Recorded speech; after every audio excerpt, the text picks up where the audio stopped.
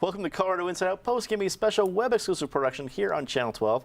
Let's get a quick take on Denver's Human Services Division requesting federal assistance on Tuesday to help them support the influx of unaccompanied immigrants from Central America. The grant will allow a few of Denver's family service agencies to provide temporary shelter, counseling, and family reunification for up to 60 children until a more permanent solution arises. Patty Calhoun from Westward. This seems to be in a city that has a lot of homeless problems and limited capability to serve those homeless. To get assistance to help this issue seems like there might be trouble brewing. What do you think? Well, it is true. We have plenty of our own issues that we need to deal here. You understand from a humanitarian standpoint that people want to help, but the only thing that is going up faster than the estimates for how many children are coming across illegally is the amount of money that we're going to ask the feds for, which started, in the tens of thousands and is now going into the millions. So if indeed we can get the money from the feds, and there's no guarantee on that the way things are going, and we can provide the services, that's all right, but there are going to be unintended consequences of costs, and one of them is going to be education, because if these kids stay here, they are guaranteed an education, and that's going to be in the Denver public school system. David Kopel from the Independence Institute and DU Law School.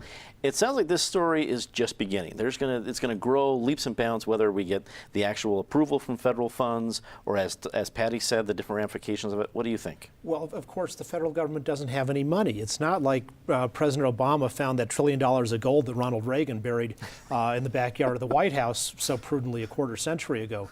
The federal government's broke. It's running gigantic deficits, and the only reason these deficits don't seem as bad as the ones before, they're enormous deficits by any historic standards, although not as bad as the ones from the earlier years a few years ago, but they're still leading this country to bankruptcy and ruin. So where is this extra money going to come from? Let's borrow some more from China and just run up the credit card more and bring that day of national bankruptcy all the closer.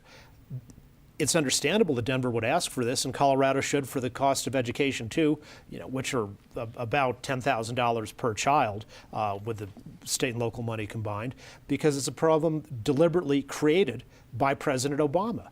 When he announced this amnesty for young people who were illegally in the country already, of course the word got out to Latin America that if you can get into the country and you're a minor, they're going to let you stay. And people didn't exactly know the precise terms of Obama's previous amnesty. But it's inevitable that when you offer, and we've seen this over and over and over again in American immigration history, is when you have an amnesty for whatever group is currently here, that incentivizes lots more people from a similar group to come. Eli Stokols, political reporter with Fox 31 and anchor on KWGN. Is this going to become a bigger problem for Mayor Michael Hancock? It could. Before I talk, I have to address a couple of things that Dave said, because I think that there's a conflation of this is not about deferred action. That may have something to do with it. If anything, this is not deliberate. This is an inadvertent result of a policy that was passed under George W. Bush in the end of his term to make the deportation process slower for immigrants, not from Mexico, but for these other Central American countries. There's a crisis in these countries, and that's why these kids are coming here. The number of them coming across the border actually slowed significantly this week, so that's changing. And I think as far as the deficit goes, this money, this money is there. It's set aside. It doesn't impact. It's in the budget already for grant money to deal with crises like this as they come up. And for the record, the deficit, which has been slashed a lot thanks to Republicans in Congress and the White House that's gone along with some of these deals, the deficit's gone down by about a third over the last several years. And as a percentage of GDP, the deficit is not sending us on a road to bankruptcy, although, yes, there are concerns about dealing with China and printing money that's going to China. Anyway, let's talk about Mayor Hancock for just a second.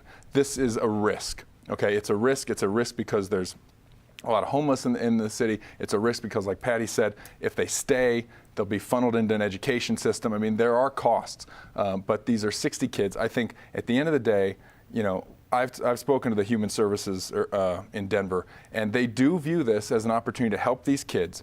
They also view this as an opportunity to win a lot of federal funding that is available, that will go to another city if they don't apply, and that they believe will help them with their mission here on a larger basis, which is to help kids in Denver, kids who need help. And so it's not just helping these kids from Central America, but this money will help the office. Will there be unintended consequences? Probably. Ultimately, it does come back to Congress's inability to do anything, because if you can fix the law, and the law does need to be fixed to make the deportation process the same for these kids from these countries as it would be for Mexico, not to speed them back on their way, but there are solutions that need to come from Congress.